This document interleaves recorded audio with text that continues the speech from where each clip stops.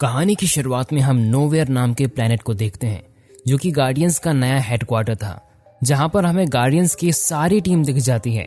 तभी हम देखते हैं रॉकेट एक रूम में जाता है और अचानक से वहां एडम वॉरलॉक सीधे रॉकेट के रूम में घुस जाता है।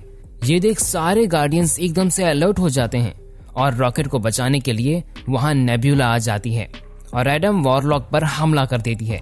लेकिन एडम बहुत ही आसानी से नेब्यूला के हमलों को रोक देता है और नेब्यूला पर जोरदार हमला करके उसे दूर फेंक देता है। दोस्तों, वीडियो में आगे बढ़ने से पहले अगर आपने अभी तक इस वीडियो को लाइक नहीं किया है तो प्लीज लाइक कर दीजिए, अपने दोस्तों के साथ शेयर कर दीजिए और ऐसे मूवी एक्सप्लेनेशन वाले वीडियोस को देखने के लिए हमारे इस चैनल को सब्सक्राइब कर दीजिए। उसके बाद एक एक करके गार्डियंस के बाकी मेंबर्स उस पर हमला करते हैं, लेकिन एडम सभी को बड़े ही जोरदार तरीके से धूल चटा देता है और रॉकेट अपनी टीम मेंबर्स को पिटता देख अपनी स्पेशल गन निकाल लेता है। एडम उस पर भी एक खतरनाक हमला करता है और इसी एक झटके में रॉकेट काफी जख्मी हो जाता है। लेकिन बुरी तरह से पिटने के बाद भी नेब्यूला हार नहीं मानती। वो दोबारा से उठकर अपने हाथ को एक स्वॉर्ड बना लेती है और सीधे एडम के पेट में घुसा देती है और एडम मदहोश होकर गिर जाता है। लेकिन अचानक से एडम वहां से उठकर भाग जाता है।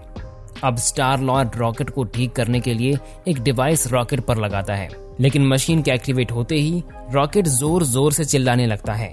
ये देखकर नेब्यूला पीटर से मशीन को बंद करवाती है और उसके बाद वो रॉकेट के पूरे शरीर को स्कैन करके बताती है कि इसके शरीर में बहुत सारी मशीनें हैं और एक मशीन ऐसी भी है जो इसके हार्ट के बिल्कुल करीब है, और अगर किसी ने भी उस मशीन को निकाले बिना रॉकेट को ठीक करने की कोशिश की तो वो मशीन रॉकेट की मौत का कारण बनेगी। अब सारे गार्डियंस रॉकेट को ठीक करने में लग जाते हैं और जब रॉकेट जख्मी पड़ा था तब उसे अपनी पुरानी यादें याद आने लग जाती हैं, जो कि एक छोटा सा रॉकेट रकून होता है और दूसरे रकून्स के साथ एक पिंजरे में बंद होता है। लेकिन एक दिन वहां हाई इवोल्यूशनरी वहां आकर रॉकेट को चुरा लेता है और उस पर एक्सपेरिमेंट करता है और रॉकेट का दिमाग बहुत ही फास्ट हो जाता है। लेकिन एक्सपेरिमेंट के पूरा होने के बाद उसे वापस कैद में डाल देता है, जहां उसके जैसे और भी म्यूटेटेड एनिमल्स थे और वहां पर रॉकेट के दूसरे 3 जानवरों से दोस्ती हो जाती है। दूसरी तरफ नेब्यूला ये पता लगा लेती है कि रॉकेट के शरीर में जो मशीन है उन्हें कहां पर बनाया गया था और अगले ही पल सभी उस जगह जाने का फैसला करते हैं, जो कि ऑर्बोस्कोप प्लैनेट था। पीटर टीम के 2 लोगों को रॉकेट की देखभाल करने के लिए रखकर ऑर्बोस्कोप जाने की तैयारी करता है। अब हम हाई इवोल्यूशनरीज को देखते हैं, जहां पर एडम वॉरलॉक और उसकी मॉम भी थी। एडम की मॉम बोलती है कि मेरा बेटा अभी छोटा है इसलिए वो रॉकेट को नहीं ला पाया। ये सुनकर वो एडम वॉरलॉक को बहुत मारता है और हाई इवोल्यूशनरी एडम और उसकी मॉम को धमकी देता है कि अगली बार तुम फेल हुए तो मैं तुम्हारी पूरी नस्ल को ही खत्म कर दूंगा। इस वक्त ये लोग काउंटर अर्थ नाम के प्लेनेट में होते हैं, जो कि हमारी अर्थ जैसी होती है। हाई इवोल्यूशनरी इतना ज्यादा ऑब्सेस्ड है कि वो सभी क्रीचर्स को बिल्कुल परफेक्ट बनाना चाहता है, इसलिए वो अलग अलग प्लैनेट्स पर जाकर क्रीचर्स को चुराकर उन पर एक्सपेरिमेंट करता है। और जब एक बार वो हमारी अर्थ पर गया और यहाँ की खूबसूरती को देखा तो उसने मन बना लिया कि वो भी बिल्कुल ऐसा ही एक प्लैनेट बनाएगा और इसी प्लैनेट का नाम उसने काउंटर अर्थ रखा। आगे हम देखते हैं गार्डियंस की शिप ऑर्बोस्कोप तक पहुंच जाती है कि तभी उनकी शिप में कुछ लोग आ जाते हैं, जिसमें से एक गमोरा भी होती है। ये लोग बताते हैं कि हमें यहाँ नेब्यूला ने बुलाया है और मदद के बदले वो हमें 1 लाख का इनाम भी देगी। आगे हम देखते हैं हाई इवोल्यूशनरी ने अभी तक जितने भी एक्सपेरिमेंट्स किए थे उनमें से सबसे परफेक्ट था रॉकेट द रकून। सबसे पहले वो रॉकेट को पकड़कर उसके दिमाग का टेस्ट करता है। जब रॉकेट उस टेस्ट को पास कर लेता है तो उसके बाद वो रॉकेट को काउंटर अर्थ दिखाता है और फिर रॉकेट के दूसरे और टेस्ट के लिए उसे एक चैम्बर के पास लाता है और रॉकेट की आंखों के सामने उस चैम्बर में वो एक टर्टल को डालकर उसे बदलने लगता है। लेकिन वो टर्टल बहुत ही ज्यादा एग्रेसिव बन जाता है और हाई इवोल्यूशनरी रॉकेट को बोलता है कि मुझे ये समझ नहीं आ रहा है कि इवोल्यूशन के बाद ये इतने एग्रेसिव क्यों हो जा रहे हैं, जबकि मैं इन्हें बहुत ही शांत बनाना चाह रहा हूँ। रॉकेट बोलता है कि इस मशीन में गड़बड़ है। वो बोलता है कि बदलाव के वक्त उनके ब्रेन का एक केमिकल भी बदलता जा रहा है और यही इनके एग्रेसिव बिहेवियर की वजह है।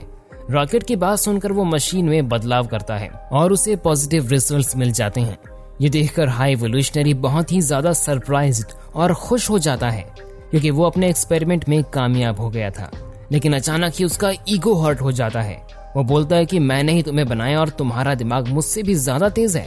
वो अपने साथियों को बोलता है कि कल सुबह होते ही तुम लोग इसे मार देना और इसका दिमाग मुझे ला कर देना और मैं इसके दिमाग पर एक्सपेरिमेंट करूंगा और फिर इसके जरिए मैं एक नई दुनिया बनाऊंगा। और वो ये भी बोलता है कि इसके बाकी के दोस्तों को भी मार देना। ये कहकर हाई इवोल्यूशनरी रॉकेट को जेल में डाल देता है। रॉकेट अपने दोस्तों को ये सारी बातें बताता है और बोलता है कि हमें कुछ भी करके यहाँ से निकलना होगा और यहाँ से एक स्पेसशिप चुरानी होगी। ये कहकर रॉकेट वहाँ पर रखी हुई सारी टेक्निकल चीजों को इकट्ठा करने लगता है और एक चाबी बना लेता है और जेल का लॉक खोलकर वहाँ से बाहर आ जाता है और अपनी एक दूसरी दोस्त को भी छुड़ा लेता है कि अचानक से वहाँ हाई इवोल्यूशनरी आ जाता है और उसकी दोस्त को गोली मार देता है और बोलता है कि मैं जानता था कि तुम यहाँ से भागने की कोशिश जरूर करोगे, इसलिए मुझे यहाँ आना पड़ा। अब मैं तुम्हारी और तुम्हारे सारे दोस्तों को मार दूंगा। ये सुनकर रॉकेट को बहुत ही ज्यादा गुस्सा आता है और वो उस पर हमला करके उसके चेहरे को नोच कर वहां से भाग जाता है और स्पेसशिप से निकल जाता है। उधर हम देखते हैं गार्डियंस की टीम ऑर्बोस को पहुंच चुकी है और वहां से जरूरी फाइल लेकर वापस अपनी शिप में आ जाते हैं। उसकी फाइल से गार्डियंस को पता चलता है कि रॉकेट के साथ क्या क्या हुआ था। सभी जान जाते हैं कि हाई इवोल्यूशनरी ने रॉकेट के साथ बहुत गलत किया है। उस फाइल से पता चलता है कि हर्ट के पास वाली मशीन को एक कोड डालकर निकाला जा सकता है, लेकिन वो कोड गार्डियंस के पास नहीं था क्योंकि हाई इवोल्यूशनरी के किसी साथी ने उस कोड को फाइल से हटा दिया था। लेकिन गार्डियंस को किसी तरह पता लग जाता है कि उस कोड को किसने हटाया था। गार्डियंस अब फैसला करते हैं कि वो उस आदमी के पास जाकर उससे कोड छीनकर उसकी जान बचाएंगे, लेकिन गमोरा बोलती है ऐसा करना गलत है क्योंकि वो आदमी शायद इस वक्त हाई इवोल्यूशनरी के साथ ही होगा, लेकिन कोई भी उसकी बात नहीं सुनता। ये देखकर गमोरा उनकी टीम छोड़ने का फैसला करती है और अपने एक दोस्त को अपनी लोकेशन सेंड कर देती है। उसे यहाँ से ले जाने का मैसेज भेजती है, लेकिन बदकिस्मती से गमोरा का दोस्त एडम वॉरलॉग और उसकी माँ के साथ था और उन्हें गार्डियंस की लोकेशन मिल जाती है और वो उन्हें पकड़ने के लिए चले जाते हैं। उधर गार्डियंस जैसे ही हाई इवोल्यूशनरी के पास पहुंचते हैं तो वो उन्हें बताता है कि तुम लोगों का यहाँ आना मेरा ही प्लान का हिस्सा है, अब मैं तुम सभी को मार दूंगा।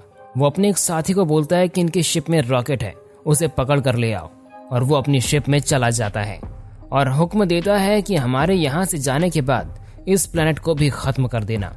और जब शिप वहां से निकलने लगती है तो प्लैनेट्स के अलग अलग हिस्सों में एक्सप्लोशंस होने लग जाते हैं। ये सब देख पीटर और ग्रूट हाई इवोल्यूशनरी के लोगों से लड़ने लगते हैं और उस आदमी को पकड़ लेते हैं जिसके पास वो कोड होता है। अब गार्डियंस के बाकी लोग देखते हैं कि हाई इवोल्यूशनरी की शिप वहां से निकल रही है और उन्हें लगता है कि पीटर और ग्रूट वहीं पर हैं, इसीलिए वो लोग उस शिप की ओर बढ़ते हैं। लेकिन पीटर और ग्रूट पहले उस शिप से निकल चुके थे। वो दोनों कोड लेकर अपनी शिप में पहुंचते हैं और वो कोड रॉकेट की मशीन में लगा देते हैं। वो मशीन बंद हो जाती है जिससे रॉकेट बिल्कुल ठीक हो जाता है। अब नेबुला पीटर से कांटेक्ट करके पूछती है कि तुम कहां पर हो, हम तुम्हें बचाने के लिए हाई इवोल्यूशनरी के शिप में हैं। पीटर बोलता है कि हम तो वहां से कब के निकल चुके हैं और अब रॉकेट भी ठीक है। ये सुनकर बाकी लोग वहां से निकलने की कोशिश करने लगते हैं, लेकिन हाई इवोल्यूशनरी पहले ही वहां आकर उन्हें कैद कर देता है। जेल में वो लोग देखते हैं कि यहाँ पर बहुत से बच्चे और छोटे छोटे क्रीचर्स भी हैं और हाई इवोल्यूशनरी उन पर एक्सपेरिमेंट करने वाला था। अब गार्डियंस फैसला करते हैं कि हम इन्हें भी यहाँ से आजाद करवाएंगे। पीटर बाकी साथियों के साथ हाई इवोल्यूशनरी की शिप की ओर निकल जाता है। पीटर नोवेयर कांटेक्ट करके अपने साथियों को जल्दी बताई हुई लोकेशन पर आने के लिए बोलता है और पीटर हाई इवोल्यूशनरी की शिप पर पहुंच जाता है। यहाँ हम गार्डियंस और हाई इवोल्यूशनरी की एक तूफानी और खतरनाक लड़ाई देखते हैं और गार्डियंस उन्हें जबरदस्त तरीके से हरा देते हैं और हाई इवोल्यूशनरी को भी धूल चटा देते हैं। सभी गार्डियंस रॉकेट को बोलते हैं कि अब तुम ही हाई इवोल्यूशनरी को मार सकते हो, लेकिन रॉकेट ऐसा करने से मना कर देता है और बोलता है कि मैं इसके जैसा नहीं हूँ। अगर हाई इवोल्यूशनरी ऐसा है तो मैं उसके जैसा नहीं बनना चाहूंगा। और फिर गार्डियंस हाई इवोल्यूशनरी की शिप में कैद सभी क्रीचर्स को आजाद करते हैं और अपने साथ नोवेयर ले जाते हैं। ये सब करने में उनका साथ एक डॉग देता है जो कि पीटर का एक अच्छा दोस्त था। वो अपनी पावर्स का इस्तेमाल करके नोवेयर और हाई इवोल्यूशनरी की शिप को जोड़ देता है। वो इतनी ज्यादा ताकत लगाता है कि बीच में ही उसकी ताकत टूट जाती है। हाई इवोल्यूशनरी की शिप और नोवेयर अलग अलग होने लग जाते हैं।